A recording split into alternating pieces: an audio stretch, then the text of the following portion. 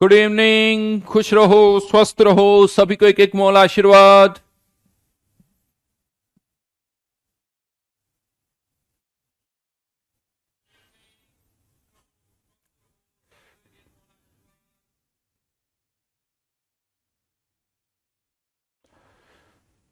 हाँ जी, आज तो नया चैप्टर स्टार्ट करने वाले हैं हम। तैयार सभी? वैसे आज सुबह वाली क्लास में भी मैंने यहीं से स्टार्ट कर दिया कि नया चैप्टर स्टार्ट हो रहा है। बाद में पता चला नहीं भाई, नया तो तुम्हारा स्टार्ट हो रहा है, सुबह वाली क्लास में तो चैप्टर चल रहा था। नहीं तो तैयार हो सब?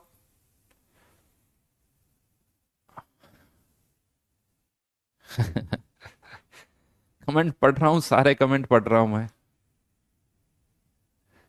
यस, बड़ा इंटरेस्टिंग चैप्टर लगता है यार मुझे, आयनिक। मजेदार।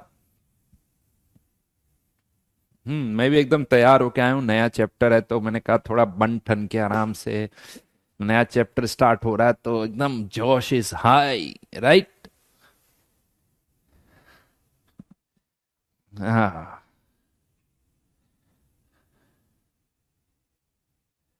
ओहो। बस यार बस।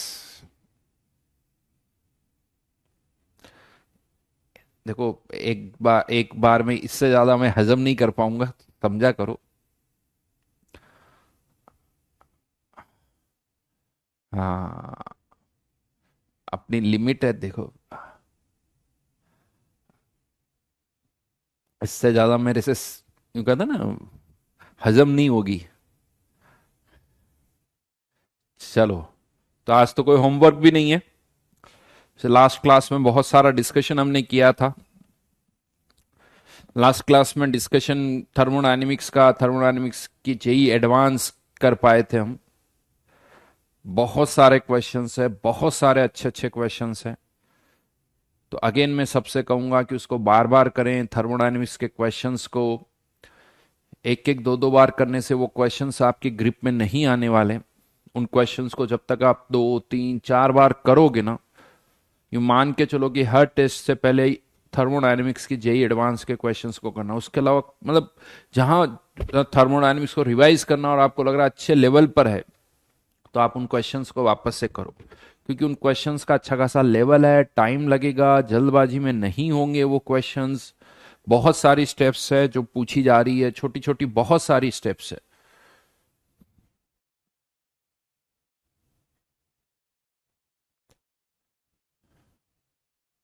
चलो जी चलो।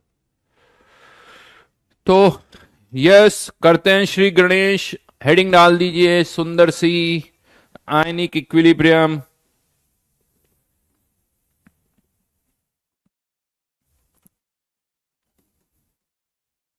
आयनिक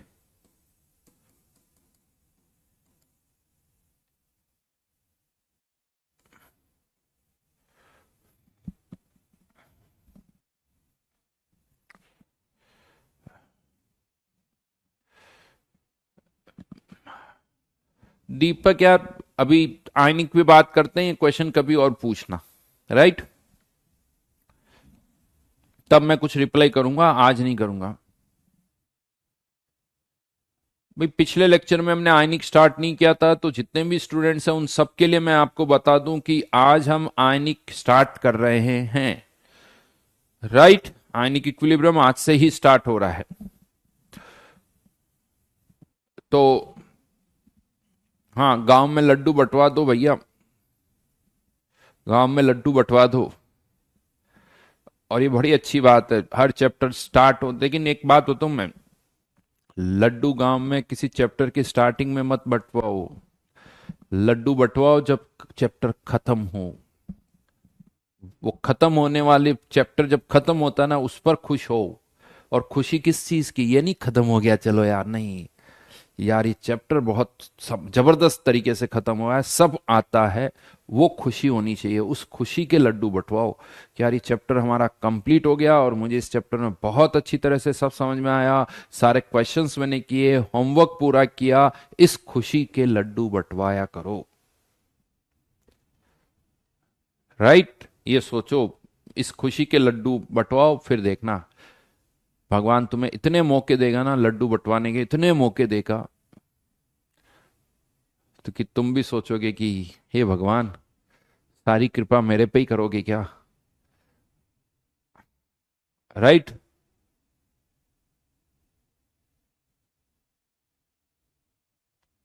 शिवम कह रहा मैंने आयनिक 11th में आपसे पढ़ रखा था। शिवम वापस पढ़ो बेटा, आयनिक ऐसा चैप्टर है कि एक बार वापस पढ़ोगे तो भी कोई प्रॉब्लम नहीं होगी। पढ़ोगे तो होमवर्क करने की स्पीड बढ़ेगी, कॉन्सेप्ट और अच्छी तरह से क्लियर हो जाएंगे। क्योंकि आयनिक थोड़ा टफ टॉपिक, और इतना टाइम हो गया ना तो चीजें भूल जाते हो। अगर तुमने बीच में कहीं प्रैक्टिस नहीं की है, अगर बीच में क्वेश्चंस नहीं किए वापस से, तो बहुत सारी चीजें दिमाग से निकल जाएगी। और 11th में हमने पूरा नहीं किया था, 11th में भी हमने थोड़ा छोड़ा था, कुछ पार्ट रह गया था।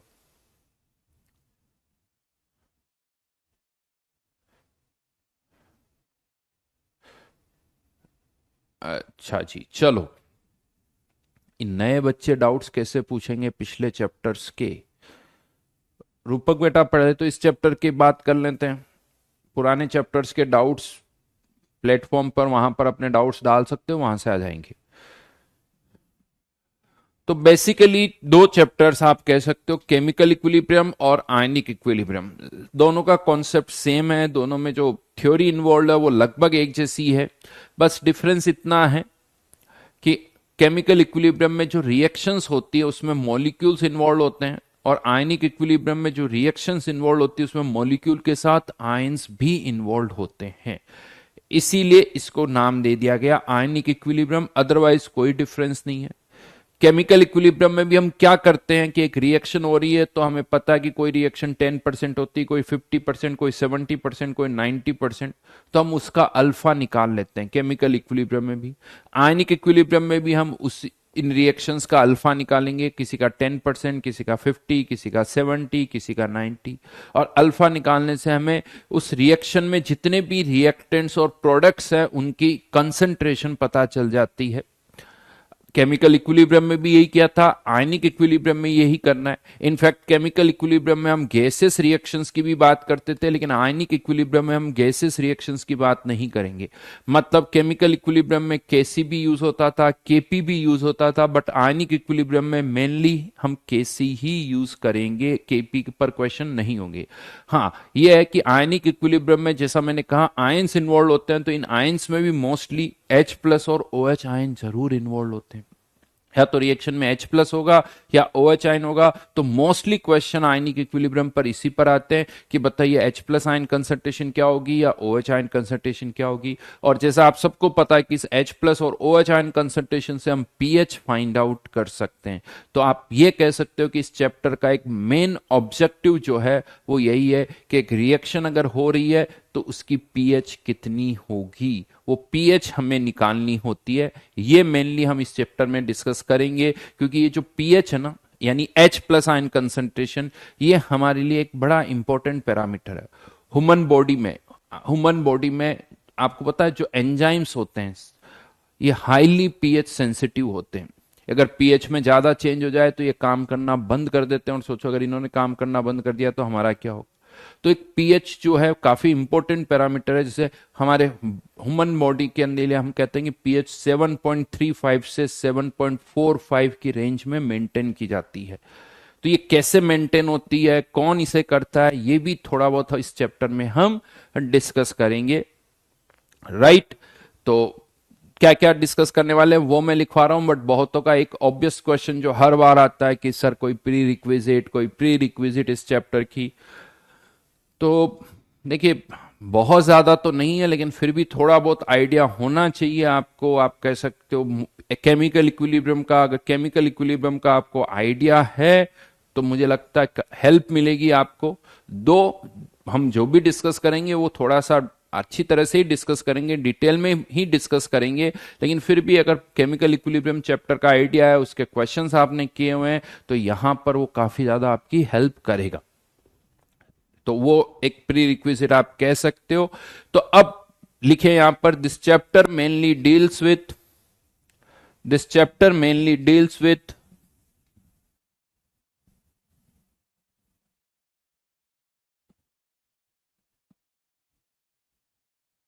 नवदीप ये क्या पूछ रहे हो, प्लीज गिव रिप्लाई, मेरे स्कूल में करवाया था और मुझे नहीं आता है, इसका क्या रिप्लाई दूं मैं, क्यों? नोट्स फिर से बनाओ, जिन्होंने मेरे से पढ़ा हुआ है वो वापस से नोट्स बनाए, यू मान के चलो कि पहले नहीं पढ़ा था, राइट? जिन्होंने भी मेरे से पढ़ रखा है वो भी ये मान के बैठे हैं कि उन्होंने वो ये पहली बार पढ़ रहे हैं, हर एक चीज को ढंग से सुने, क्योंकि हर बार देखो आपने पहली बार अगर पढ़ा ना तो जब आप पढ़ते हो तो 10-15% स्टेटमेंट्स हम स्किप कर जाते हैं। तो अब आप कोशिश करो, आप ये देखो कि यार हाँ ये स्टेटमेंट तो मुझे पता ही नहीं था, ये तो शायद मैं भूल गया, तो उन स्टेटमेंट्स को ढूंढने की कोशिश करो और कुछ ऐसा ढूंढो हर लेक्चर में कि जो लगे आपको कि हाँ ये मुझे नहीं पता था, क्योंकि डेफिनेटली कुछ ना कुछ ऐसे स्टेटमेंट्स हैं जो आपने सुने तो होंगे लेकिन आपके दिमाग से निकल गए होंगे, तो वो जो गैप्स है ना उनको भी फिल करो। तो this chapter mainly deals with first one, pH calculation, pH calculation. Second one,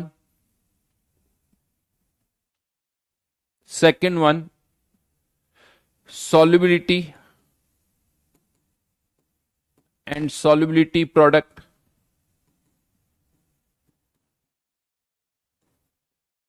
And third one, indicators.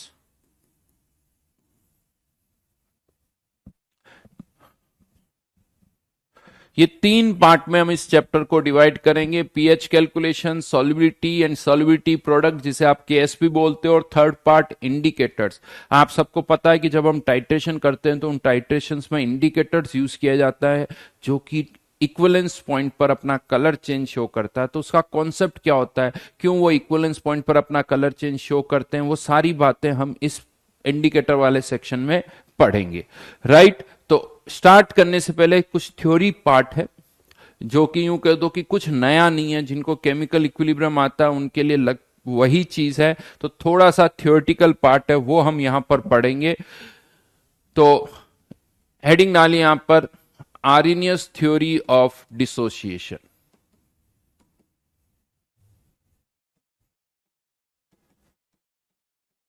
Arrhenius theory of dissociation लिखिए, स्टेटमेंट लिखिए। आर्हेनियस क्या कहता है? There exist a dynamic equilibrium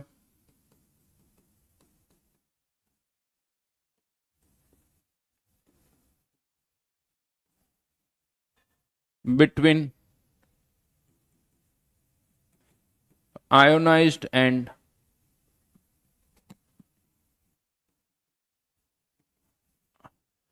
unionised substance. क्या मतलब है इसका? तो ये कुछ खास नया नहीं, जैसा मैंने आपको बताया। लेट से आपने पानी में कोई सब्सटेंस डाला BA, कुछ अमाउंट उसकी डिसॉल्व हो गई।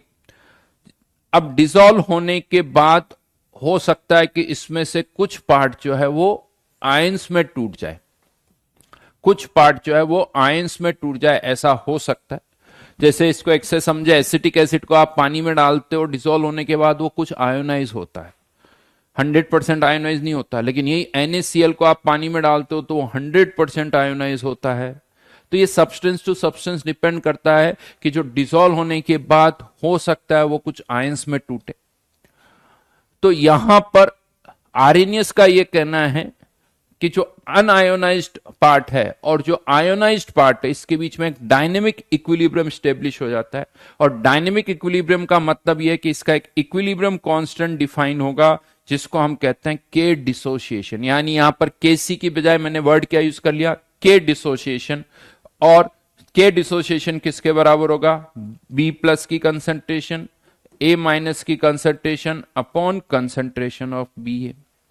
अब आप चाहो तो इन कंसंट्रेशन को एक्स की टर्म में भी लिख सकते हो।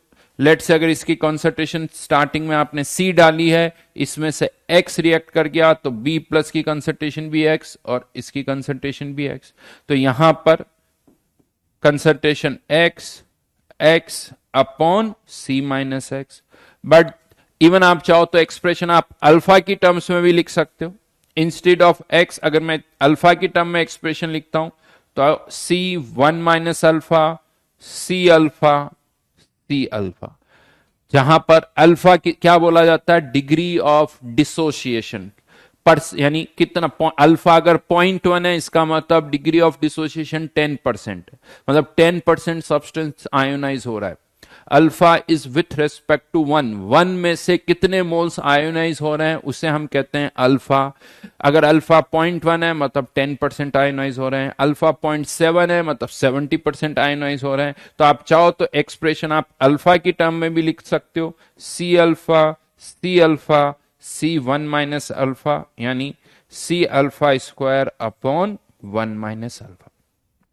डिपेंड करता है क्वेश्चन में क्या पूछा है। अगर मुझे बी प्लस की कंसंट्रेशन निकालनी तो ऐसा नहीं कि पहले अल्फा निकाल लूं फिर सी से मल्टीप्लाई करूं, डायरेक्ट आप एक्स निकाल लो जो कि बी प्लस की कंसंट्रेशन है। तो क्या आपको निकालना है वो डिपेंड करता है, एक्सप्रेशन एक्स की टर्म में भी आप यूज कर सकते हैं और एक्सप्रेशन अल्फा की टर्म में भी यूज कर सकते हैं, राइट। तो ये दोनों ऑप्शन यहां पर है, यहां पर। और किसी ने लिखा कि अगर उसे अल्फा नहीं पता, ये नहीं पता, तो जो सामने दिख रहा है उसको स्टेप्स को कॉपी करने की कोशिश करो। अल्फा में ऐसा कुछ नहीं है, जो सामने दिख गया वही चीज आपको करनी है। तो ये दिमाग में मत बिठाओ, ना सीखने के बहाने मत ढूंढो।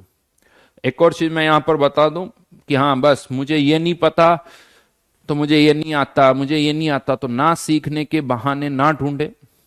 अगर किसी को अल्फा नहीं पता है या, तो यह भी यहां पर मैंने लिख दिया है कि अल्फा अगर कोई पूछा जाता तो कैसे लिखना है वो समझ में आना चाहिए, एक्स की टर्म में एक्सप्रेशन कैसे लिखना है वो समझ में आना चाहिए। हाँ, इससे ज्यादा और कुछ भी नहीं है, इससे ज्यादा और कुछ भी नहीं है। हाँ, अब कुछ लोग यहाँ इतने महान हैं कि उनका कुछ नहीं हो सकता बेटा, सॉरी टू से। किसी ने लिख दिया कि सी कांस्टेंट है ना, माफ करो बेटा मैं आपको नहीं पढ़ा सकता, हाथ जोड़ता हूं, राइट, सॉरी टू से। हाँ,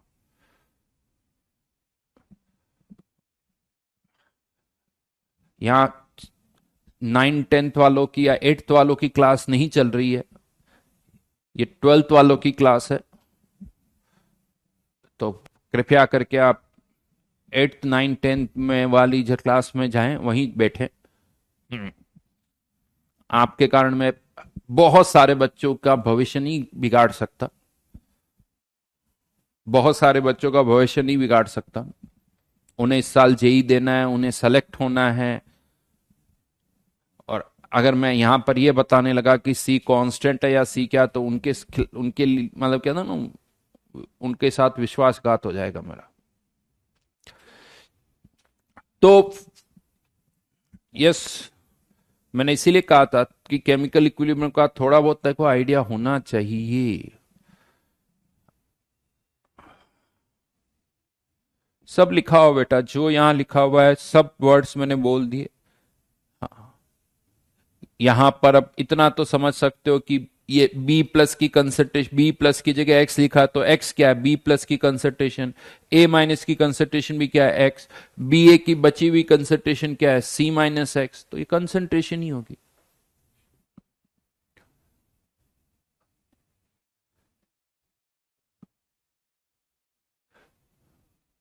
अब यहां पर ये जो अल्फा होता है, किसी भी सब्सटेंस को आप पानी में डालते हो तो ये अल्फा कौन कौन से फैक्टर्स पर डिपेंड करेगा, ये अब हम यहां पर डिस्कस करने जा रहे हैं। तो factors affecting alpha,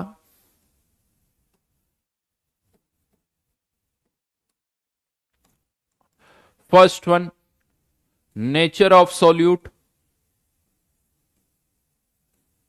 nature of solute, obvious सी बात है सॉल्यूट कौन सा है। HCl को पानी में डालते हो वो 100% आयोनाइज होता है, एसिटिक एसिड को डालते हो वो बहुत कम होता है। तो ये सब्सटेंस टू सब्सटेंस डिपेंड करता है। हाँ, लेकिन ये आपको पहले से पता होना चाहिए कि किसका अल्फा कम होता है किसका ज्यादा होता है। कुल मिला के सॉल्यूट बदल गया, सब्सटेंस बदल गया तो उसका अल्फा भी बदलेगा।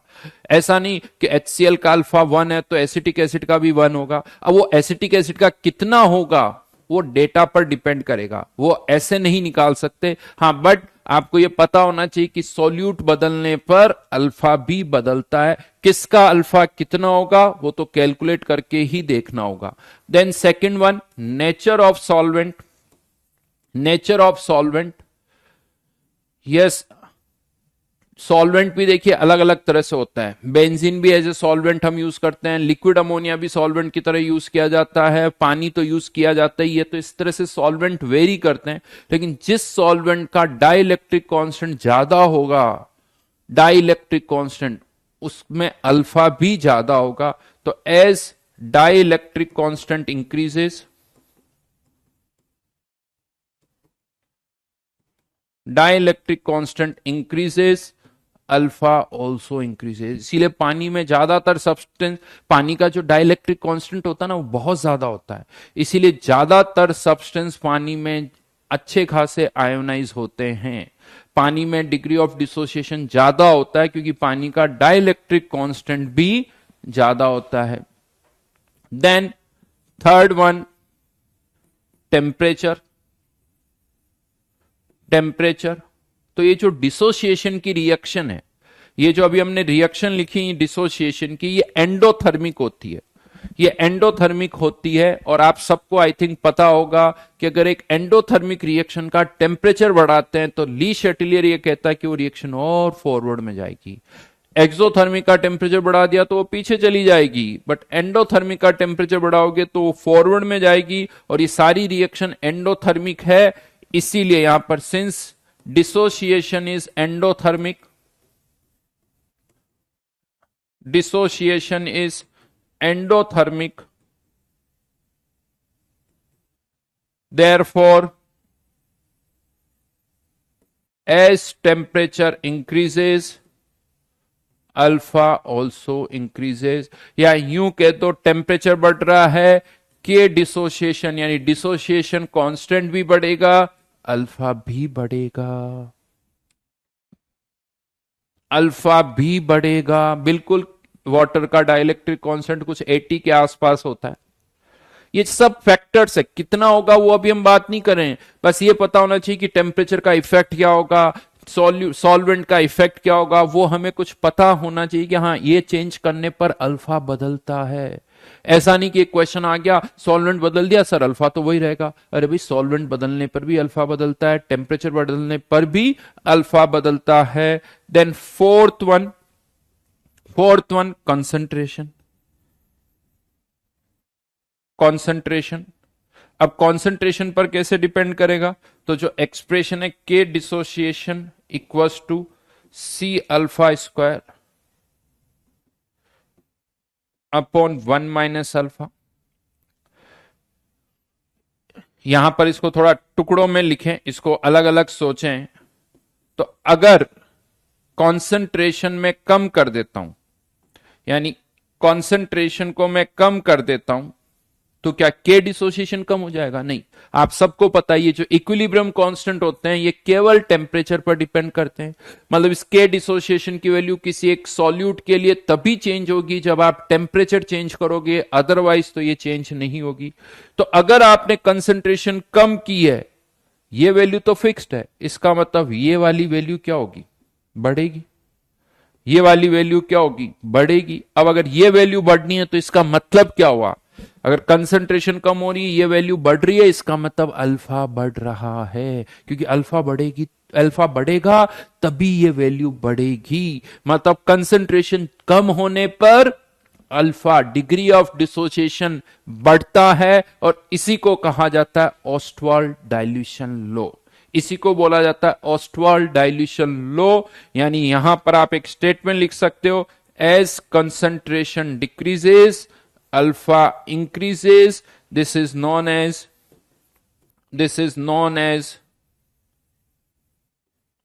Ostwald dilution law. This is known as Ostwald dilution law। जैसे जैसे कंसंट्रेशन कम होगी अल्फा जो है वो बढ़ेगा।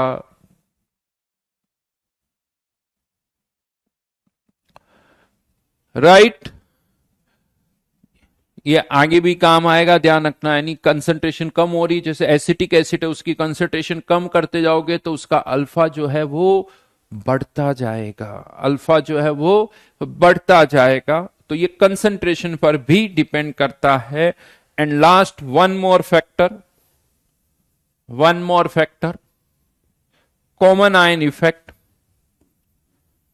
Common ion effect.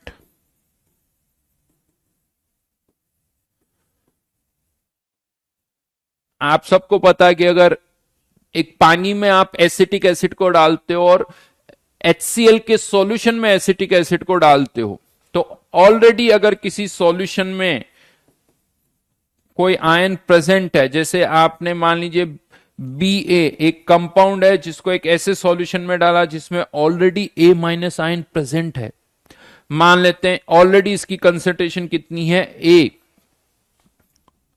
तो अब यहां पर इस Ba से जो B+ और A- बनेंगे वो उतने नहीं बनेंगे।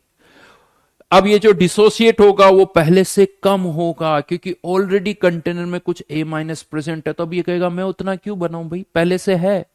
यस, फैक्ट है। गवर्नमेंट आप सबको होता बहुत सारी स्कीम्स चलाती है, फ्री में फूड या बहुत सारी स्कीम्स होती, किनको दिया जाता है, जिनके पास नहीं होता है।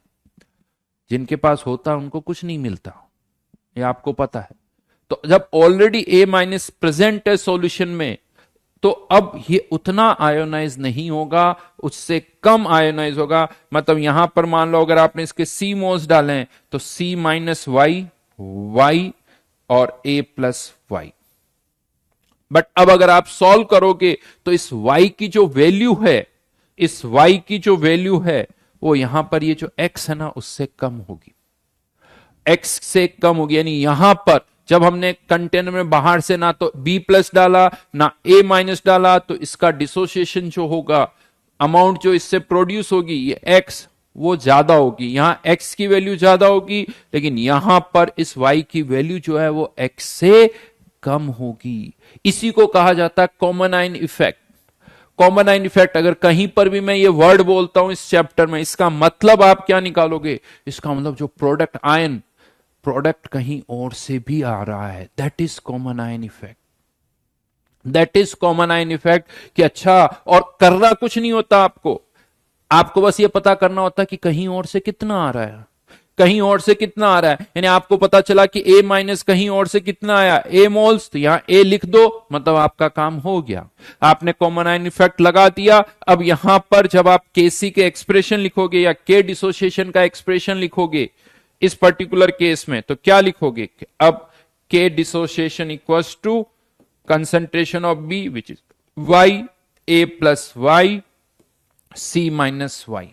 अब आप जब सॉल्व करोगे तो इस y की वैल्यू अपने आप x से कम आ जाएगी। यानी इससे पहले हमारा एक्सप्रेशन क्या था K डिसोसिएशन का, x² C-1। इससे x की वैल्यू और इससे y की वैल्यू जब भी निकालोगे, इस y की वैल्यू x से कम आएगी, राइट। और इसी को हम कहते हैं common ion effect.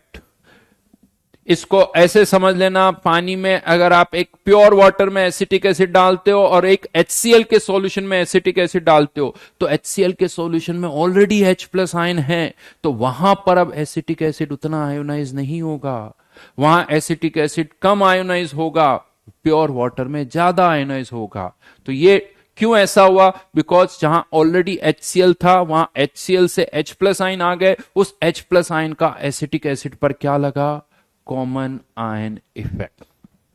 Common ion effect लगा। Got it.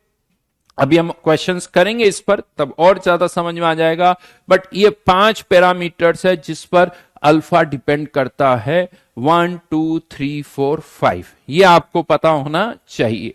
अब यहां पर इस चैप्टर में मोस्टली जो हम सॉल्वेंट यूज करेंगे ना, वो तो वाटर ही यूज करते हैं। तो वाटर कैसे बिहेव करता है ये हमें पता होना चाहिए। तो वाटर का बिहेवियर क्या होता है, वो कैसे डिसोसिएट होता है, वो हमें पता होना चाहिए। तो हेडिंग डालिए डिसोसिएशन ऑफ वाटर। यहां पर बहुत सारी छोटी छोटी चीजें हम समझने वाले हैं, यहां पर हम बहुत सारी छोटी छोटी चीजें समझेंगे। फरजान ने एक बड़ा अच्छा क्वेश्चन पूछा कि HCl पर कॉमन आयन इफेक्ट नहीं लगेगा क्या। तो फरजान, जो स्ट्रॉन्ग होता है ना उससे कोई फर्क नहीं पड़ता, हमेशा स्ट्रोंग का वीक पर इफेक्ट होता है। वीक और स्ट्रोंग किसे कहेंगे वो अभी थोड़ा समझ में आ जाएगा तुम्हें, थोड़ा वेट करो। तो यहां पर डिसोसिएशन ऑफ वाटर, जब वाटर की हम बात करते हैं तो ये वाटर जो है हम सबको पता है ये भी आयोनाइज होता है, किसमें, H प्लस और OH माइनस में। लेकिन ये सबको पता है कि ये बहुत कम होता है, बहुत कम आयोनाइज होता है। नॉर्मली नेग्लेक्ट कर देते हैं पानी की, प्योर वाटर है तो हम कहते हैं उसमें H प्लस आयन और OH आयन इतने कम होते हैं कि आप और हम उसे नेग्लेक्ट कर देते हैं। बट यस, वाटर डिसोसिएट होता है H प्लस और OH माइनस में। अगर ये डिसोसिएट हो रहा है तो इसका भी एक के डिसोसिएशन डिफाइन होगा। के डिसोसिएशन जो कि किसके बराबर हो जाएगा, H plus into OH minus upon concentration of water. लेकिन यहां पर ये जो वाटर है बहुत कम आयोनाइज होता है, तो इस वाटर में C में से जो X है ये बहुत कम होता है, इसकी अमाउंट जो आयोनाइज होती है वो बहुत कम होती है। तो वाटर की जो कंसंट्रेशन है वो फिक्स ही रहती है। अब बता सकते हो वाटर की कंसंट्रेशन कितनी होती है? Concentration of water, molarity of water, वो कितनी होती है? यस, बिल्कुल सही, 1000/18, जिसे समटाइम्स हम 55.55 भी लिख देते हैं, बट ज्यादा अच्छा है 1000/18 बोलो, 1000/18 बोलो। तो ये इसमें से यानी पानी के 55.55 मोल्स में से बहुत कम आयनाइज होते हैं। तो ये जो टर्म है ये हमेशा ही फिक्स रहती है 1000/18। तो क्यों ना इसको पहले ही इस कांस्टेंट के साथ मिक्स कर दिया जाए, यानी के dissociation into concentration of water, क्योंकि इसे तो कांस्टेंट ही रहना है। और ये चीज मैंने आपको काइनेटिक्स में भी बताई थी, जो सॉल्वेंट होता है उसकी कंसंट्रेशन ऑलमोस्ट कांस्टेंट रहती है। याद करो, सूडो ऑर्डर वाला केस यही होता है कि जो सूडो ऑर्डर होता है, नहीं सॉल्वेंट जो होता है उसकी कंसंट्रेशन बहुत ज्यादा होती है, इसमें कोई चेंज ही नहीं होता, तो उसकी कंसंट्रेशन कांस्टेंट रहती है। तो उसको यहां मर्ज कर दो और इसको लिख दिया जाता है KW which is equal to H plus into OH ion concentration. और इस KW को हम क्या बोलते हैं? Ionic product of water. This KW is known as ionic product of water, यानी इस KW की वैल्यू किसके बराबर हो गई? H plus into OH ion के बराबर हो गई।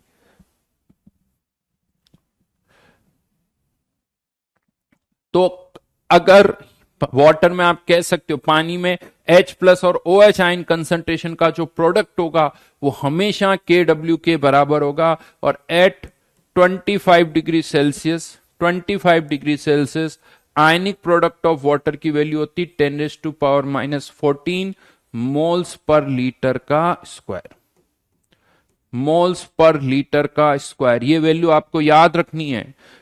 25 डिग्री सेल्सियस, ये भी याद रखना है 25 डिग्री सेल्सियस पर, क्योंकि उसके बाद आप कह सकते हो एज टेम्परेचर इंक्रीजेस इस आयनिक प्रोडक्ट की वैल्यू भी बढ़ेगी। क्योंकि अभी थोड़ी देर पहले मैंने आपको कहा था टेम्परेचर बढ़ाओगे तो के डिसोसिएशन की वैल्यू भी बढ़ेगी। तो ये 25 डिग्री सेल्सियस पर है, जैसे जैसे टेम्परेचर बढ़ेगा KW की वैल्यू भी बढ़ेगी। बट मोस्टली क्वेश्चन इस चैप्टर में जो हम करेंगे सब वो 25 डिग्री सेल्सियस पर ही करते हैं। अगर अदर देन 25 डिग्री टेम्परेचर कुछ है तो क्वेश्चन में KW की वैल्यू गिवन होगी। 25 डिग्री सेल्सियस है तो KW की वैल्यू गिवन नहीं होगी।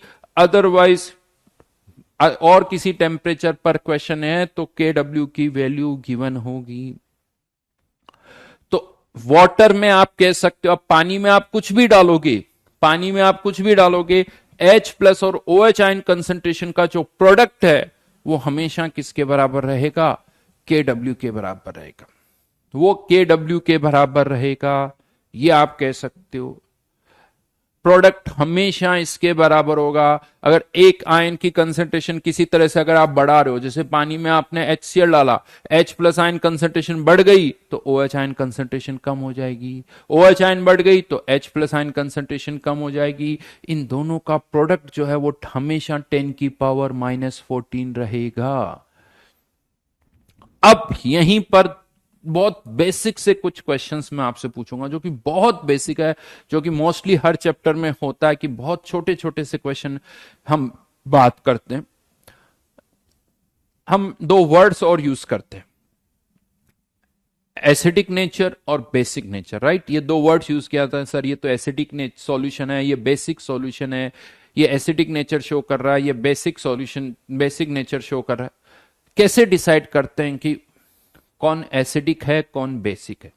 यस, कैसे डिसाइड करते हो एसिडिक और बेसिक नेचर? किस प्रॉपर्टी से ये डिसाइड किया जाता है? H प्लस और OH आयन से। ठीक है जी, और कुछ? वंश ने लिखा है, किस मयंक ने लिखा है बाई pH, कार्तिक ने भी लिखा है, निखिल ने भी कुछ और लिखा है, आलेख ने भी लिखा है, अनन्या अनन्या ने भी कुछ लिखा है, दीपक ने भी कुछ लिखा है,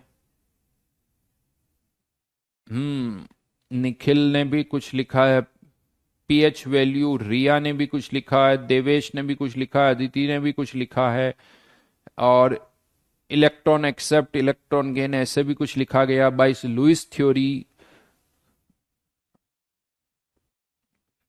अच्छा ये बताओ, आप जिन्होंने ये लिखा है कि H प्लस या OH आयन से, तो आपको पता है ऐसे सॉल्यूशन भी एसिडिक और बेसिक होते हैं जिसमें ना H प्लस आयन होता है ना OH आयन होता है। या इस क्वेश्चन को मैं ऐसे पुट करूं, शायद आप लोगों ने ये सब पढ़ रखा है, जब हम एसिड और बेस की बात करते हैं, एसिड और बेस की, तो अलग अलग थ्योरीज हम यूज करते हैं। ठीक है, आरएनएस के अकॉर्डिंग जो H प्लस देता है वो एसिड, जो OH आयन देता है वो बेस। ब्रॉन्स्टेड के अकॉर्डिंग जो H प्लस देता है एसिड, जो H प्लस लेता है वो बेस। बट लुईस के अकॉर्डिंग तो लोन पेयर है, लुईस के अकॉर्डिंग तो लोन पेयर है, लोन पेयर देने वाला बेस, लोन पेयर एक्सेप्ट करने वाला एसिड। तो क्या लगता है, वो हर एक सॉल्यूशन जो एसिडिक और बेसिक होता है उसमें H प्लस और OH आयन होते हैं। बहुत सारे ऐसे एसिड और बेस है जिनमें ना H प्लस आयन होते हैं ना OH आयन होते हैं, ये आपको भी पता है। फिर वहां कैसे डिसाइड करते हैं,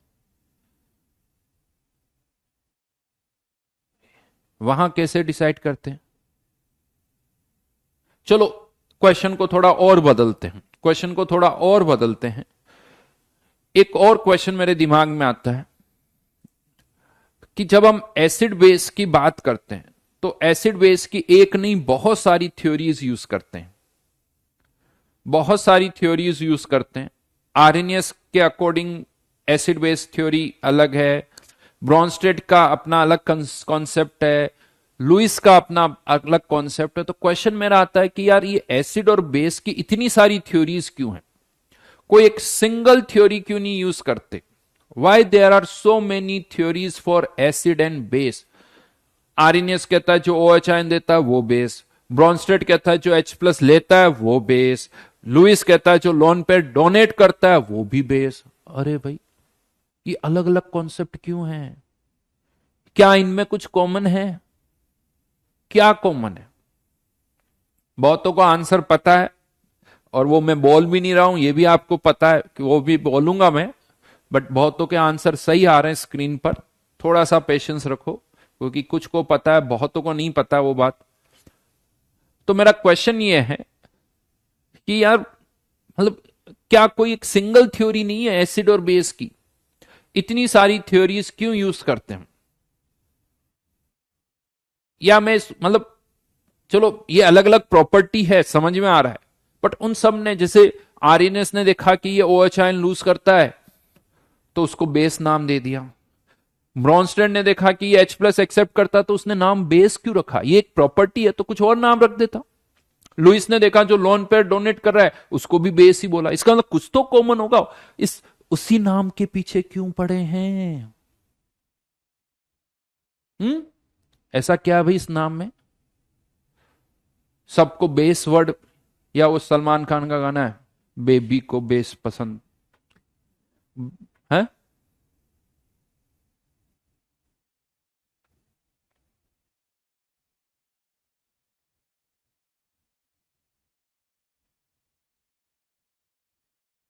ऐसा क्या?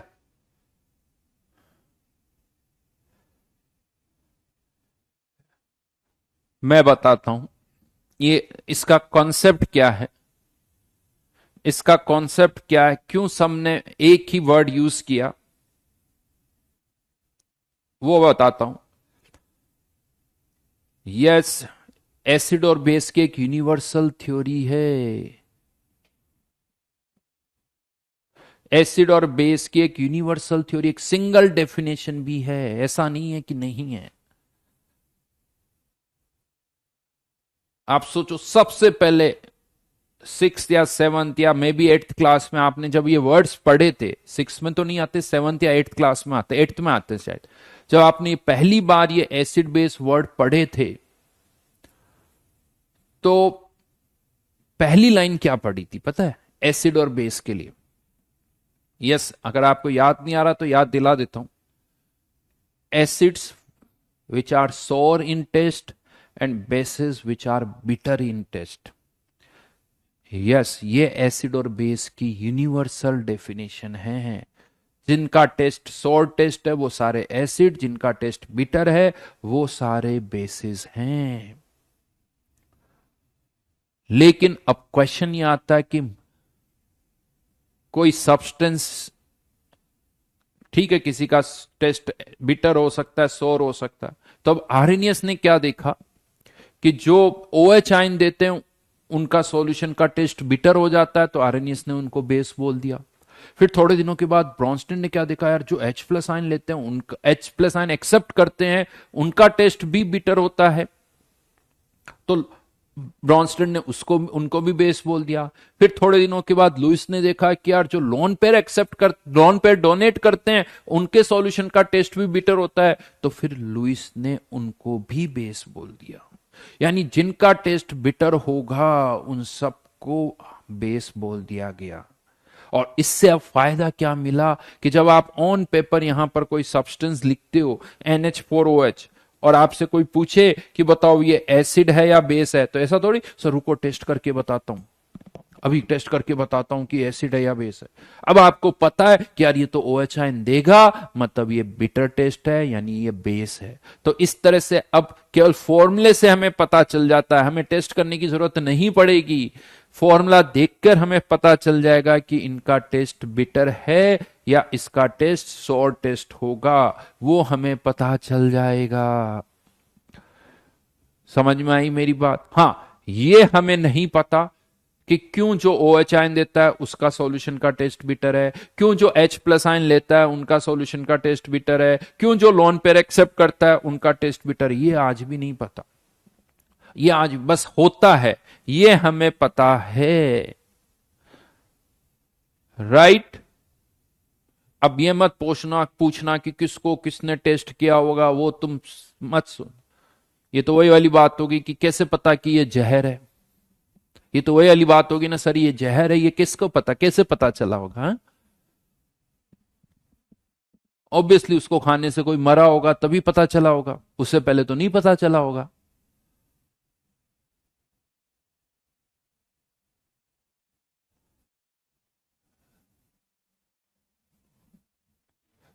तो उस पर मत जाओ।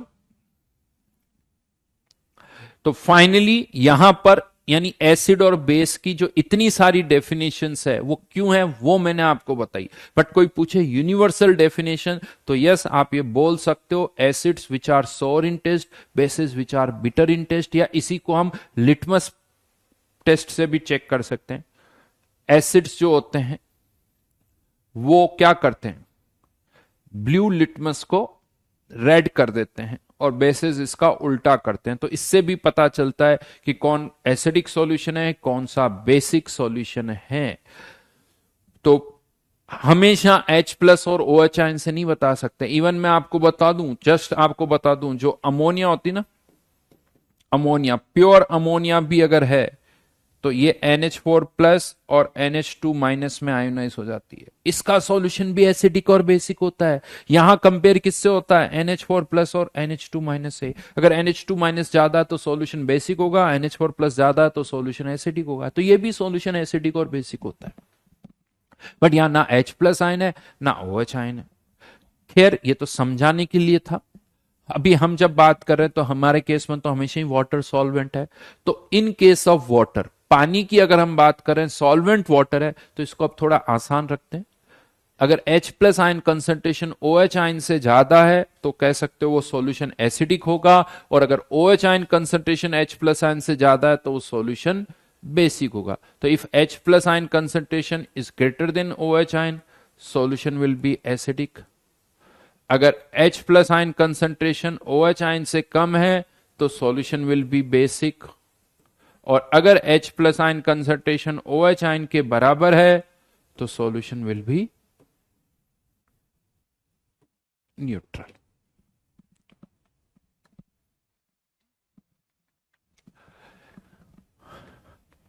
Eight 25 degree Celsius, at 25 degree Celsius आपको पता है के डब्ल्यू की वैल्यू कितनी होती है, 10⁻⁻14। तो 25 डिग्री सेल्सियस पर अगर H प्लस आयन कंसंट्रेशन 10⁻⁻7 है तो OH आयन कंसंट्रेशन भी यहां से कितनी आएगी, 10⁻⁻7 ही आएगी। यानी H प्लस किसके बराबर, OH आयन के बराबर। तो सॉल्यूशन ना तो एसिडिक होगा, ना बेसिक होगा, ना तो सॉर टेस्ट होगा, ना बिटर टेस्ट होगा।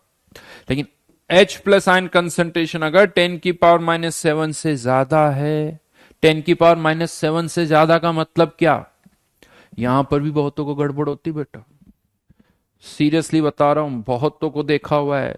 बहुतों को यही नहीं समझ में आता कि 10⁻⁻6 10⁻⁻7 से ज्यादा है या कम है। सीरियस इश्यू है। हाँ, सो बी केयरफुल। 10⁻⁻7 से ज्यादा का मतलब क्या होता है, 10⁻⁻7 से कम किस डेटा को बोलोगे, 10⁻⁻8 10⁻⁻7 से कम है या ज्यादा है, ये समझ में आना चाहिए। तो 10⁻7 से ज्यादा मतलब 10⁻6 10⁻5 10⁻4 10⁻3। तो अगर ये 10⁻7 से ज्यादा है तो ये 10⁻7 से कम होंगे, यानी सॉल्यूशन विल बी एसिडिक।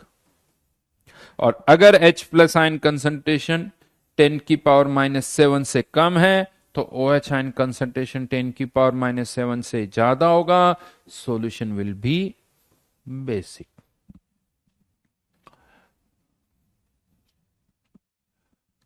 लेकिन अब यहां थोड़ी प्रॉब्लम पता क्या होती है, वही जो अभी मैं बता रहा था। बहुतों के लिए ये बड़ा इश्यू है, 4 × 10⁻⁻6 ये 10⁻⁻7 से ज्यादा है या कम है, या 8 × 10⁻⁹ ये 10⁻⁻7 से ज्यादा है या कम है। और देखो, हम तो फिर भी मैथ्स वाले हैं, जिन्होंने मैथ्स सब्जेक्ट लिया है तो थोड़ा कॉन्फिडेंस ज्यादा है। बहुत सारे लोग, आपको पता है, मैथ्स के डर से ही मैथ्स नहीं लेते हैं, और वो भी ये वर्ड, उनको भी एसिडिक बेसिक नेचर ये वर्ड्स यूज करने पड़ते हैं। समझ रहे हो तुम कहना क्या चाहता हूं मैं? हम्म। हाँ, इतने समझदार हो आप कि बहुत सारे लोग मैथ्स नहीं लेके क्या लेते हैं। तो आप सोचो उनके लिए तो ये कितनी बड़ी प्रॉब्लम है, उनके लिए तो ये कितनी बड़ी प्रॉब्लम है कि ये वैल्यू 10⁻⁻7 से ज्यादा है या 10⁻⁻6 से कम है। प्रॉब्लम तो है मैथ्स वालों के लिए ही। अभी देखना क्लास वालों की, मैथ्स वालों के लिए ही है, तो बाकियों की तो क्या बात करूं मैं। देखो, मैं डायरेक्टली कुछ कहना नहीं चाहता, लेकिन आप सब समझदार हो।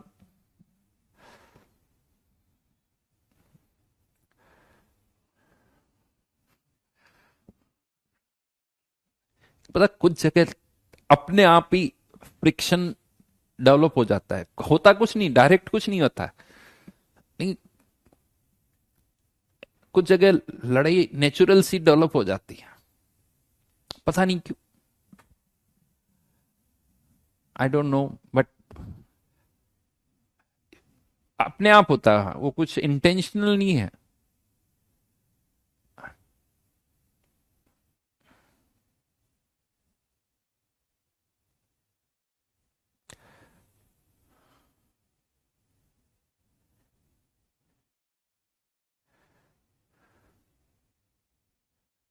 राइट, बट सब एक जैसे नहीं होते, यहां पर मैं आपको बता दूं। सो कोई अपने दिल पे ना ले, क्योंकि मुझे पता है कि यहां पर बहुत सारे और भी बच्चे हैं क्लास में, दिल पे ना लें। Exceptions are always there.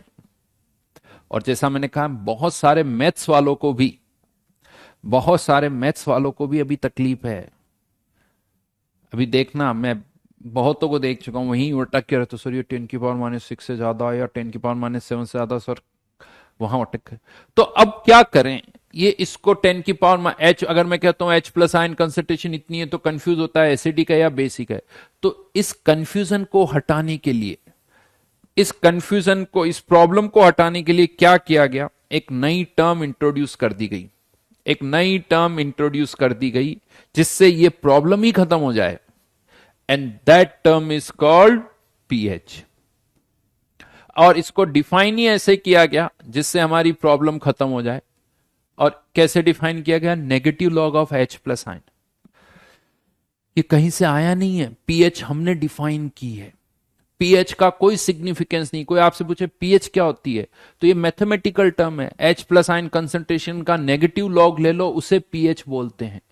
Otherwise pH की कोई फिजिकल सिग्निफिकेंस नहीं है। ये टर्म ऑन पेपर डिफाइन हुई है। इनफैक्ट पीएच, पीओएच, अगर कोई पूछे व्हाट इज पीओएच, तो है ना, मतलब इस P stands for negative log.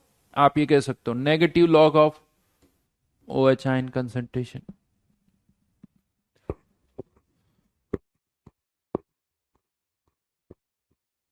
PH का पूरा नाम क्या है? पीएच का पूरा नाम। वेरी गुड क्वेश्चन भाई, नहीं पता मेरे को, अगर कोई हो तो भी पीएच ही है बेटा। उसको कुछ भी नाम अपनी इच्छा से दे दो, अलग बात है। व्हाट मैथमेटिकली बता सकता हूं बस। हाँ, वो बाकी तो क्या, power of hydrogen, power of hydrogen ऐसे कुछ बोल दो, बट क्या है? पोटेंशियल ऑफ हाइड्रोजन आयन, इसका ये कोई थोड़ी हुआ।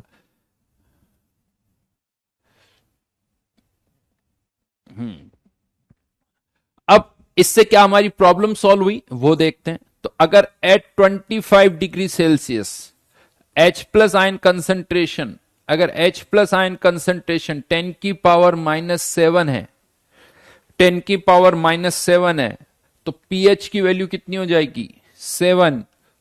और अगर H प्लस 10⁻⁻7 है, तो OH आयन भी 10⁻⁻7 होंगे, यानी सॉल्यूशन विल बी न्यूट्रल।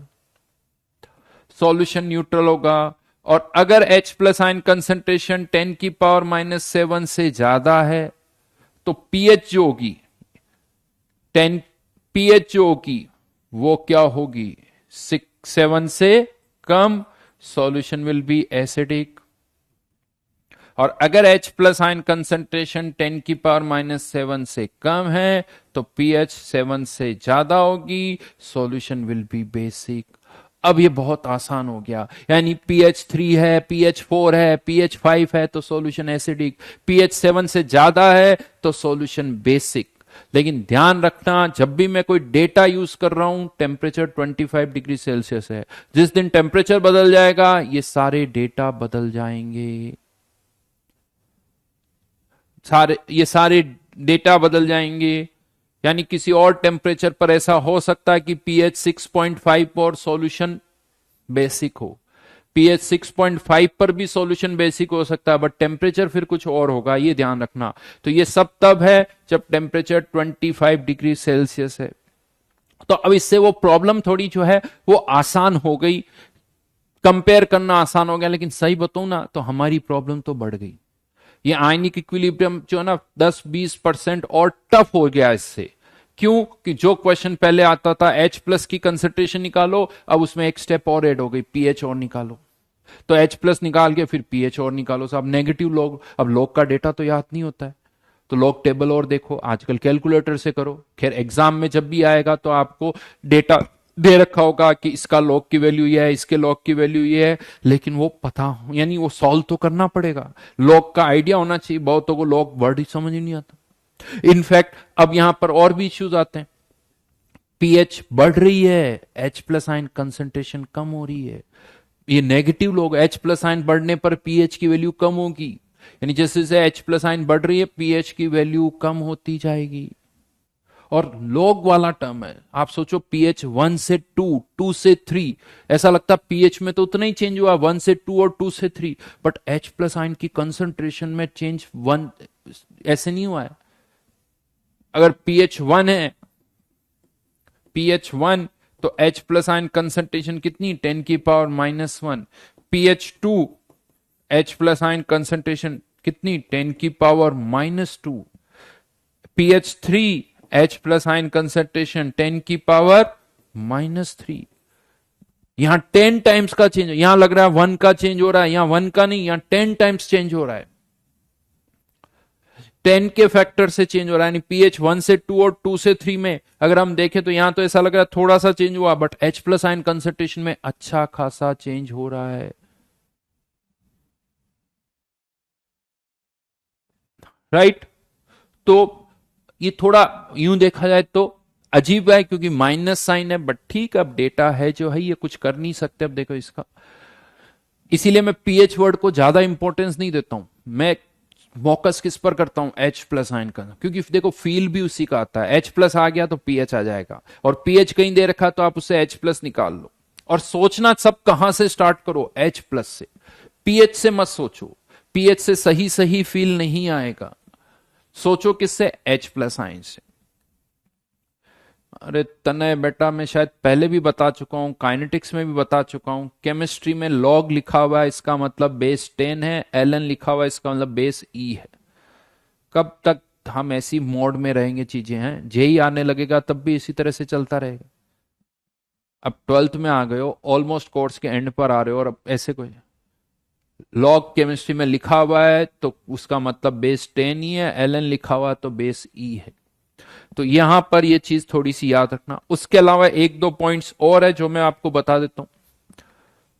के W equals to H plus into O H minus, negative log ले लिया तो negative log of K W, negative log of H plus and negative log of O H minus. तो इसको क्या लिख सकते हैं, P K W equals to P H plus P O H, और एट 25 डिग्री सेल्सियस उल्टा करके लिख रहा हूं, P H plus P O H equals to 14। यानी 25 डिग्री सेल्सियस पर पीएच प्लस पीओएच का सम 14 होगा।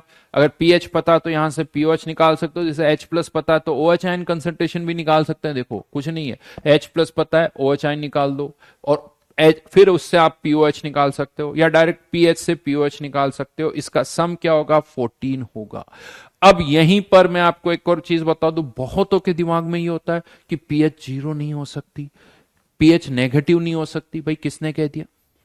अगर H प्लस आयन कंसंट्रेशन 1 से ज्यादा है तो पीएच जो है वो नेगेटिव होगी। If H plus ion concentration greater than 1, pH जो है वो नेगेटिव होगी। पीएच नेगेटिव भी हो सकती है, पीएच 14 से ज्यादा भी हो सकती है। हाँ, पीएच अगर नेगेटिव है तो वो सॉल्यूशन बहुत ज्यादा एसिडिक है, बहुत ज्यादा एसिडिक है, उसको बनाना इतना आसान काम नहीं होगा, बट होती है। पीएच नेगेटिव में भी होती है, पीएच 14 से ज्यादा भी होती है। बिकॉज ये क्या है, ये तो टर्म हमने डिफाइन की, यानी इसको पीएच से हटाओ ना सीधा। क्या H प्लस आयन कंसंट्रेशन 1 से ज्यादा हो सकती है? हो सकती है, तो पीएच नेगेटिव होगी, पीएच नेगेटिव होगी। तो इसमें कोई नई चीज है ही नहीं। अननेसेसरली हम इस तरह के डिस्कशन में इन्वॉल्व होते हैं, तो हमेशा H प्लस से सोचा करो, ज्यादा अच्छी तरह से समझ में आएगा।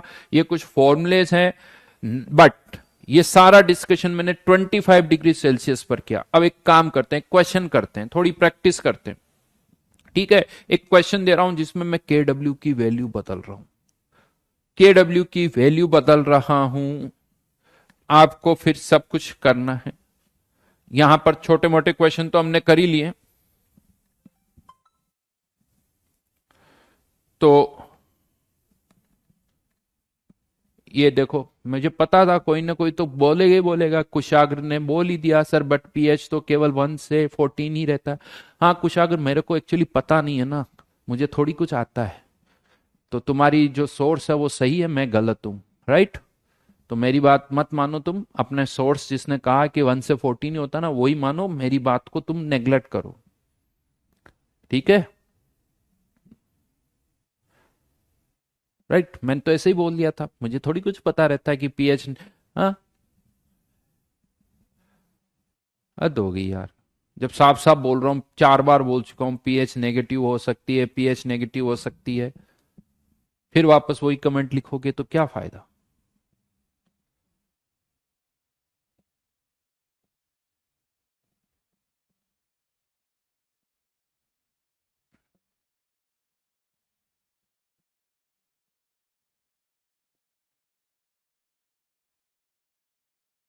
किसी ने तो कुछ नाम भी लिख दिया, शशांक ने कुछ लिखा है फ्लोरो एंटीमोनिक एसिड। भाई इतना तो मुझे भी नहीं पता किसका होता, बट हाँ।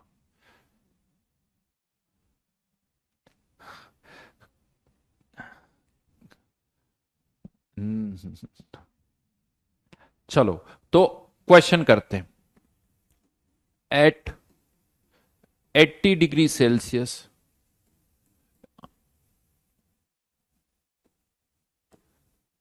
ionic product of water is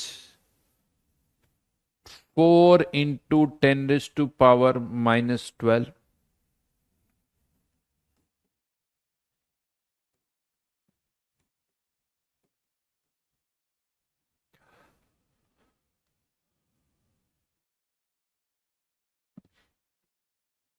Find pH of pure water.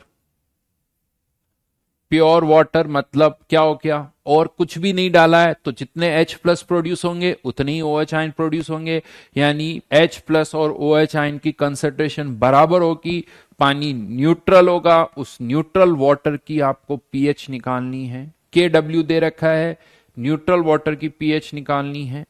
Second one, define a solution as acidic, basic और न्यूट्रल, having pH 5, 6, 7।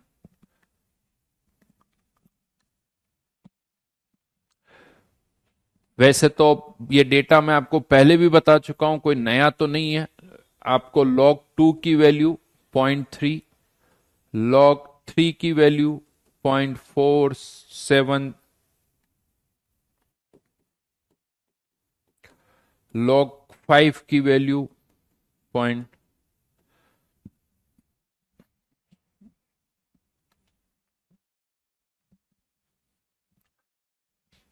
मनस्विन बिल्कुल सही है आपके सारे आंसर, कुछ के भी सारे आंसर सही है, और भी होंगे मैंने देखा नहीं।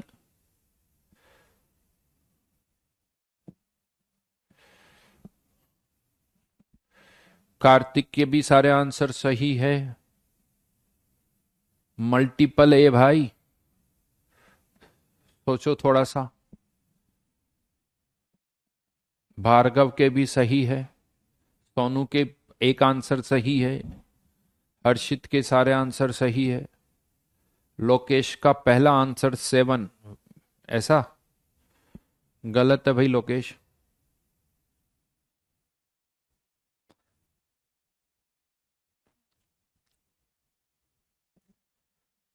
मयंक का कहना है ऑल बेसिक।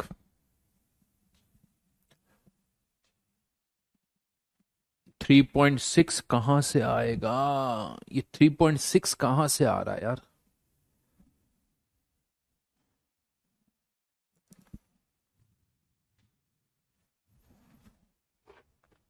अभिराज नाम आगे चले गए। होशिता पीएच 0.3 गड़बड़ है। बहुत बेसिक क्वेश्चन करवा रहा हूं, देखो बहुत छोटे छोटे क्वेश्चन करवा रहा हूं मैं।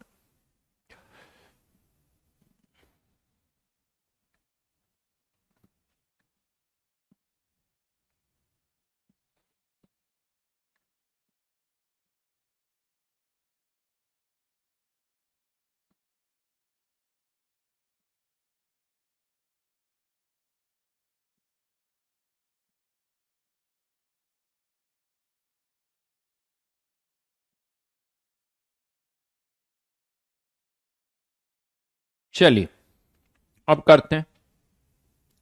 तो सबसे पहले तो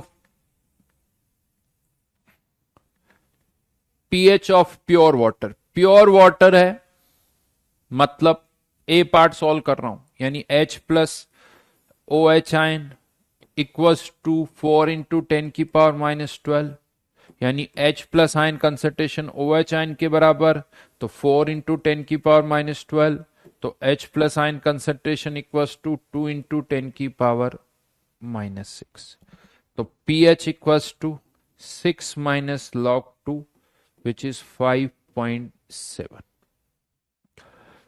5.7, यानी इस बार अब यहां पर 7 वाला क्राइटेरिया ही नहीं रह गया। जिसकी पीएच 5.7 से कम है वो एसिडिक, जिसकी पीएच 5.7 से ज्यादा है वो सब बेसिक, यानी यहां पर ये सॉल्यूशन एसिडिक है, बाकी ये दोनों बेसिक है, बाकी ये दोनों बेसिक है, राइट। क्योंकि यहां पर अगर pH 5.7 है तो H plus O H ion के बराबर है, अगर pH 6 है तो ओ एच आयन कंसेंट्रेशन ज्यादा है। जो पहले 7 वाला फील था वो 5.7 पर शिफ्ट कर दो, जो 7 वाला जो डेटा है ना वो 7 से 5.7 पर शिफ्ट कर दो, 5.7 से ज्यादा तो बेसिक, 5.7 से कम तो एसिडिक, और 5.7 तो न्यूट्रल, राइट, फाइन। तो यहां से इस तरह के छोटे छोटे कुछ क्वेश्चंस हो सकते हैं जो आपको पता होने चाहिए, राइट। हाँ बेटा, अमित पूछ रहा how concentration is same, very good, how concentration is same, very, pure water है, पानी से ही H प्लस आइन आ रहे हैं, पानी से ही OH आइन आ रहे हैं, तो जितने H प्लस आइन आएंगे उतने ही OH आइन आएंगे।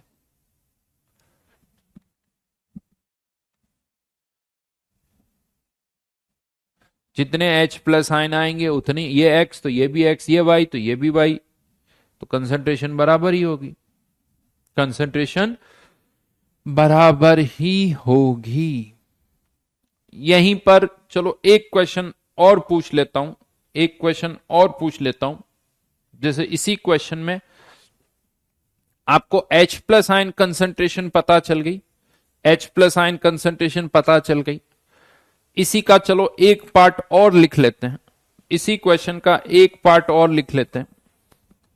वैसे ये पार्ट मैं नॉर्मली नहीं करवाता हूं, यूं कह दो 20 साल हो गए पढ़ाते हुए, आज पहली बार करवा रहा हूं, एक छोटा सा क्वेश्चन और करवा रहा हूं।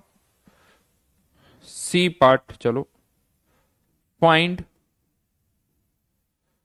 H प्लस पता है, ध्यान रखना, या ओ एच आयन कंसंट्रेशन पता, alpha of water at 80 degree Celsius, alpha भी बताओ, देखिए, और ज्यादा कैलकुलेशन मत करना, अल्फा बताना है आपको, सोचो थोड़ा सा अल्फा कैसे बताओगे। बहुत बढ़िया, वेरी गुड ऋतुराज। हाँ, लोगों की बारी सिंसियरिटी के साथ, एंथू के साथ देखते हुए एक क्वेश्चन और, डिमांड को देखते हुए नहीं।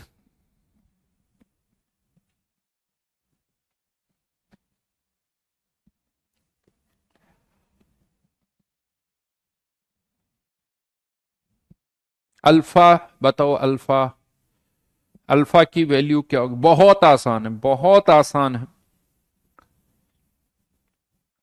अल्फा निकालना है आपको, थोड़ा सा दिमाग लगाना, सब अपने आप हो जाएगा।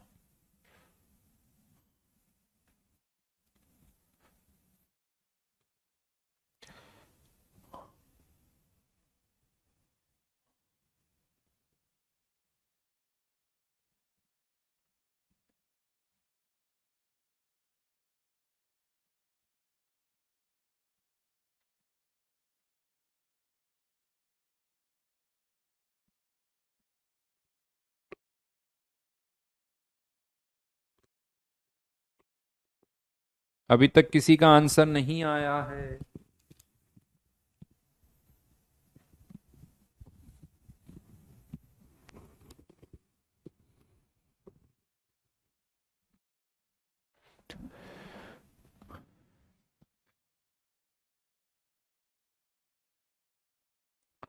कुछ कुछ आंसर्स आ रहे हैं लेकिन गड़बड़ है भाई, थोड़ा और सोचो।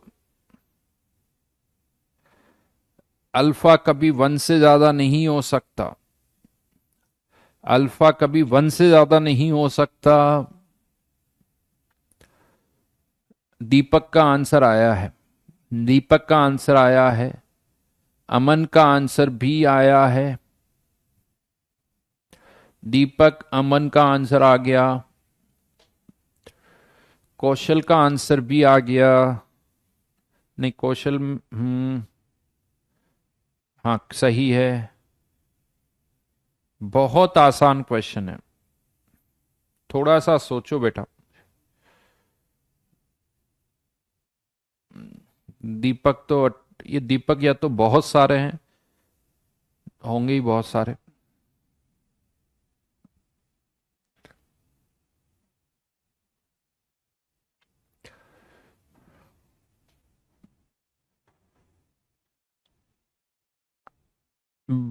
अविरल का सही है। बेटा बहुत सिंपल क्वेश्चन दिया मैंने। H2O, H प्लस और OH माइनस, राइट। आपको मैंने क्या कहा था, एक्सप्रेशन आप एक्स की टर्म में भी लिख सकते हैं, अल्फा की टर्म में भी लिख सकते हैं। C minus x, x x, C1 - alpha, C alpha, C alpha. Right now जो क्वेश्चन मैंने दिया है उसमें आपको H प्लस आयन कंसेंट्रेशन तो पता है, H प्लस आयन कंसेंट्रेशन आप निकाल चुके हो, 2 × 10⁻⁶, हाँ या ना। तो H प्लस आयन कंसेंट्रेशन 2 × 10⁻⁶। तो क्या है ये H plus ion concentration, C alpha. और C क्या है, C क्या है, कंसेंट्रेशन ऑफ वाटर, यानी 1000/18 अल्फा। मल्टीप्लाई कर दो, 18/1000 इंटू 2 × 10⁻⁻, बस इतना सा करना।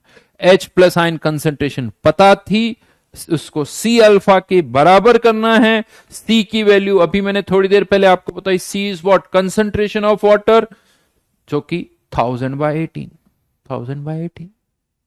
सॉल्व करो।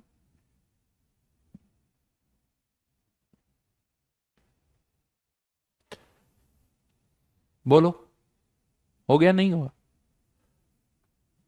वाटर की कंसंट्रेशन टेम्परेचर के साथ वेरी, किसने कह दिया। पानी का 1 लीटर पानी टेम्परेचर 80 डिग्री कर दूंगा तो पानी का वॉल्यूम बढ़ जाएगा, कुछ नहीं बढ़ेगा, बहुत कम चेंज होगा।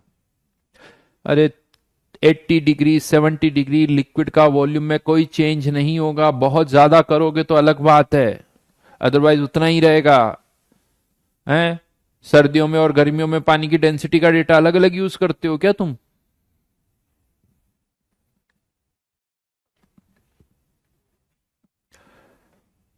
समझ में आया, बड़ा सिंपल सा क्वेश्चन था, हाँ या ना। नेक्स्ट टाइम आसानी से होगा। बोलिए, सीधा सीधा H प्लस पता था, H प्लस को C अल्फा के बराबर करना है, अल्फा की वैल्यू आ गई। ऐसे करना चाहते हो ऐसे कर लो, नहीं तो ऐसे भी कर सकते हो। KW की वैल्यू कितनी थी, 2 × 10⁻, sorry, KW H plus ion OH ion, right. ये वैल्यू कितनी है, 4 × 10⁻⁻12, -12 C अल्फा का होल स्क्वायर।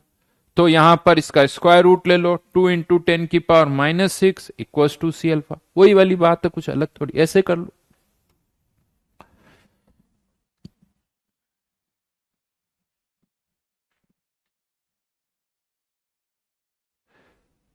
ठीक है, कोई नहीं, अब तो पानी कैसे बिहेव करता है वो भी पता चल गया, एसिड बेस की इतनी सारी टर्मिनोलॉजीज थ्योरीज क्यों हैं वो भी पता चल गया। अब लगता है कि सर आसानी है चैप्टर, काहे को इतना डरते हैं हम। अब मैं आपको बताता हूं मेनली प्रॉब्लम कहां होती है इस चैप्टर में। एक्चुअली क्या होता है, जब भी हम यानी नॉट केमिकल इक्विलिब्रियम और आयनिक इक्विलिब्रियम में एक डिफरेंस क्या है। केमिकल इक्विलिब्रियम में मोस्टली क्वेश्चन में एक ही रिएक्शन होती है जिसका आपको अल्फा निकालना होता है, और आयनिक इक्विलिब्रियम में मोस्टली क्वेश्चन में एक नहीं एक से ज्यादा रिएक्शन होती है।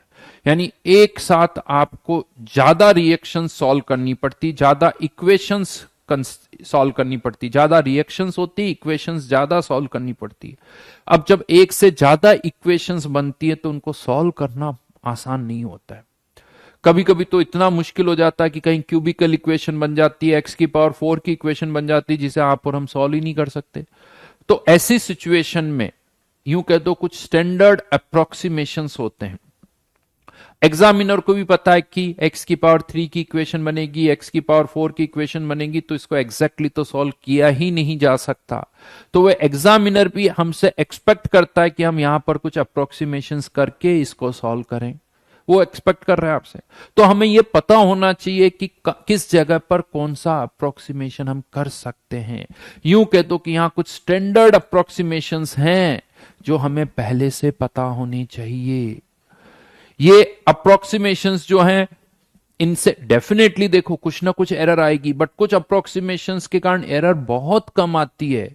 हार्डली आंसर में कहीं 0.1 0.2 1% का चेंज होता है जो कि बहुत कम होता है। तो ये स्टैंडर्ड अप्रोक्सीमेशंस हमें पता होने चाहिए। लेकिन अब प्रॉब्लम क्या है, अलग अलग क्वेश्चंस में अलग अलग तरह के अप्रोक्सीमेशंस करते हैं। तो कहां कौन सा अप्रोक्सीमेशन करना है ये हमें पता होना चाहिए। अब इस चैप्टर में सबसे बड़ी प्रॉब्लम ये है कि आपको डेटा थोड़े से याद रखने पड़ेंगे। ये वैल्यूज पर डिपेंड करता है कि अगर k की वैल्यू 10⁻³ है तो तब अप्रोक्सीमेशन कुछ और होगा, k की वैल्यू 10⁻৯ है तो अप्रोक्सीमेशन कुछ और होगा, k की वैल्यू 10⁻14 है तो अप्रोक्सीमेशन कुछ और होगा। यानी डेटा पर डिपेंड करेगा। जैसे थर्मोडायनेमिक्स में होता है ना कि रिवर्सिबल तो ये फॉर्मूला, इरिवर्सिबल तो ये फॉर्मूला, आइसोथर्मल तो ये फॉर्मूला, आइडियाबैटिक तो ये फॉर्मूला, क्यू का लिए ये फॉर्मूला, वर्क डन के लिए ये फॉर्मूला। वहां लैंग्वेज होती है, यहां डेटा है। अब मैं जब बहुत सारी बातें करूंगा तो मेरे हर एक सेंटेंस में वैल्यूज निकल के आएगी। क्वेश्चन जब सामने आएगा तो वैल्यूज आपको नोटिस करनी होगी कि यार के की वैल्यू इतनी है मतलब ऐसे करना पड़ेगा, इक्विलिब्रियम कंसंट्रेशन की वैल्यू इतनी है तो ऐसे सॉल्व करना पड़ेगा। तो वो वैल्यूज हमारे लिए बड़ी इंपॉर्टेंट हो जाती है, उससे सब कुछ समझना पड़ेगा। जैसे इसको यूं समझ लो, देखो सीधी सी बात है, जब हम कुछ शॉपिंग करने जाते हैं ना किसी मॉल में शॉप, तो वहां कपड़े खरीदने से पहले क्या देखते हैं, टैग देखते हैं, राइट, प्राइस देखी जाती है उसकी, एमआरपी। फर्क पड़ता ना, एमआरपी क्या है, 99 है या 999 है या 4 × 9 है, क्या है, उससे फर्क पड़ता है भाई। ये थोड़ी कि एमआरपी से कोई मतलब ही नहीं है। हमारे डिसीजंस बदलते हैं, उसके अकॉर्डिंग हम डिसाइड करते हैं। तो यहां पर भी आपको के की वैल्यूज से देखना पड़ेगा कि वैल्यू क्या है उसकी, उसके अकॉर्डिंग सॉल्व करने का तरीका बदलेगा। तो यहां पर इस चैप्टर में एग्जाम्पल्स जो मैं क्लास में ले रहा हूं ना वो बहुत इंपॉर्टेंट है, बहुत इंपॉर्टेंट एग्जाम्पल्स है। यानी यूं कह दो कि जो क्लास में मैं एग्जाम्पल्स ले रहा हूं वो सब आपको याद हो जाने चाहिए, उसके डेटा आपको याद हो जाने चाहिए, वैल्यूज आपको याद हो जानी चाहिए। हाँ बेटा सब चालू हो जाओ तुम, प्राइस टैग तो हम लोग देखते हैं, बीएमडब्ल्यू वाले नहीं देखते हैं। हाँ, बीएमडब्ल्यू वाले तो है ना, यहाँ से पैसे बीएमडब्ल्यू से पैसे निकलते होंगे, और बीएमडब्ल्यू से पैसे निकलते नहीं है और जाते हैं। हाँ, कि नहीं बीएमडब्ल्यू चलती हुई पैसे फेंकती होगी, ले तुमने मेरे को खरीदा मैं तुम्हें पैसे देती हूँ, अच्छा।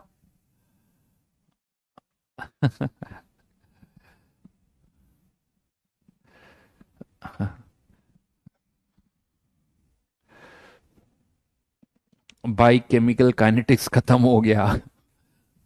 ये मेरे से पूछते, तुम थोड़ा देख लिया करो ना, सब रिकॉर्डेड होता है, सब कुछ ऑनलाइन सब पड़ा हुआ है। हैं तुम लोग है ना, मुझे, और मेरे को तो लगता है मेरी इंपॉर्टेंस तो कम है, बीएमडब्ल्यू की ज्यादा है, ऐसा लगता है मेरे को। बात को घुमा फिरा के मुझसे कोई मतलब नहीं होता, मैं क्या बोल रहा हूँ सर, तुम्हारा को बस मतलब घुमा फिरा के बीएमडब्ल्यू तक आना होता है बस।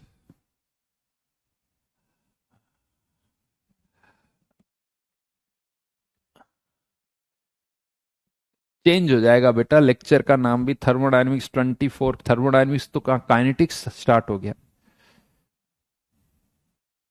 7007 नंबर भी याद है। अच्छा, हम तो बीएमडब्ल्यू वाले ही सर हो गए हैं।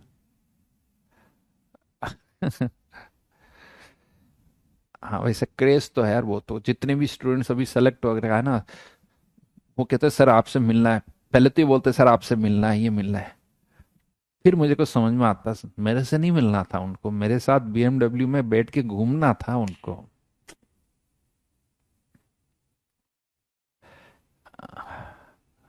शुभांकर पूछ रहा है 7 सीरीज 8 सीरीज, भाई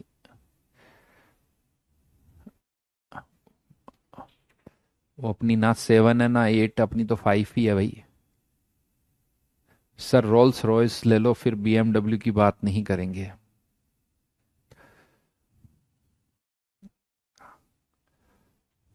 हाँ कोशिश कर रहा हूँ बेटा, घिस रहा हूँ इसीलिए तो हम। ठीक है, चलो अब वापस। तो अब मैं यहां पर आप एक चार्ट बना रहा हूं, आप एक फुल पेज यूज करो। फुल पेज चाहो तो हॉरिजेंटली भी यूज कर सकते हो। पीएच कैलकुलेशन, पीएच कैलकुलेशन इसमें पहले देख लो फिर बनाना। एक काम करो, पहले देख लो पीएच कैलकुलेशन, इसमें 3 पार्ट बनेंगे। पहला क्या है, सॉल्यूशन कंटेनिंग ओनली एसिड और बेस, एसिड और बेस। सॉल्यूशन कंटेनिंग सॉल्ट, इनमें हम अलग अलग केसेस है जहां पर पीएच निकालेंगे। सॉल्यूशन कंटेनिंग सॉल्ट्स, जैसे आपको पता है कि कुछ सॉल्ट्स भी एसिडिक होते हैं, बेसिक सॉल्ट होते हैं, तो उनकी पीएच कैसे निकालेंगे। और यहां पर आता है सॉल्यूशन कंटेनिंग एसिड या बेस प्लस सॉल्ट्स, और आगे चल के इसी को आप बोलते हो बफर सॉल्यूशन। इसको हम बोलेंगे बफर सॉल्यूशन। इनकी पीएच कैसे निकालेंगे वो भी देखेंगे। अगर मैं इसको फर्दर कैटेगराइज करूं तो यहां पर सॉल्यूशन कंटेनिंग, अब ये तो अंडरस्टूड है, सॉल्यूशन कंटेनिंग ओनली 1 एसिड और बेस, मोर देन 1 एसिड और बेस,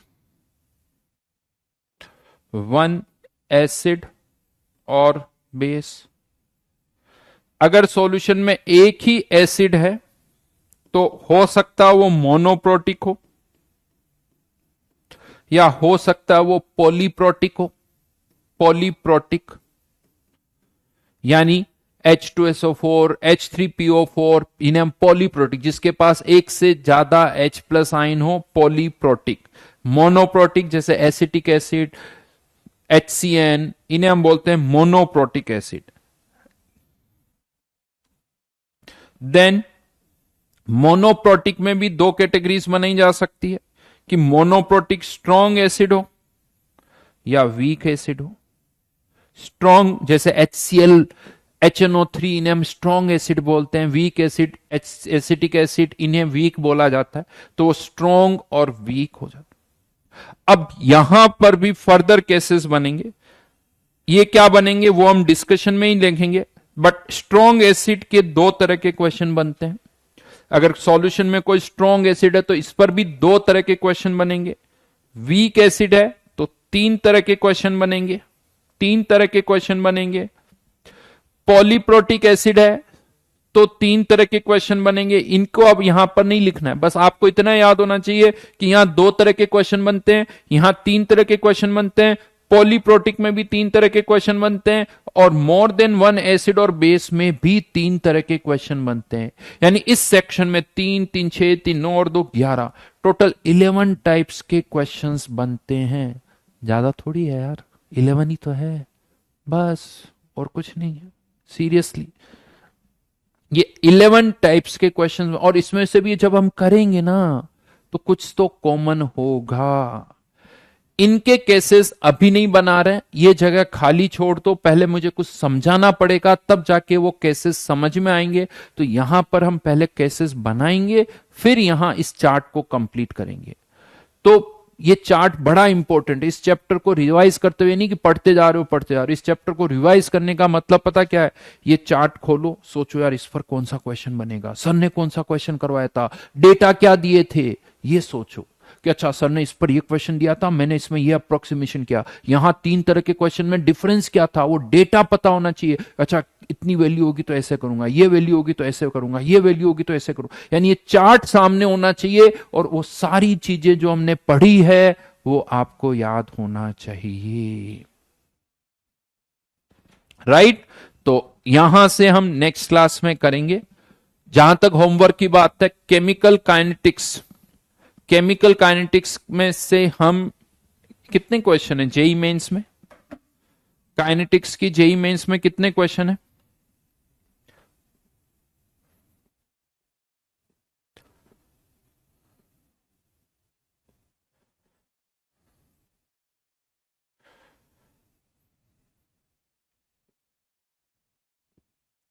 पचास, वाह। तो लगा देते हैं आप सेंचुरी। क्या कहती है जनता, सारे हो जाएंगे, ज्यादा हो जाएंगे? तो एक काम करो, 1 से लेके 25 तक कर लेते हैं बस। जेई मेंस केमिकल काइनेटिक्स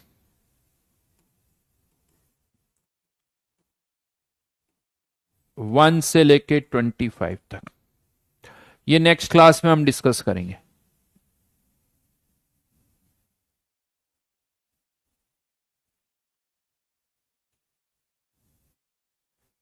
पहले भी दिए थे क्या?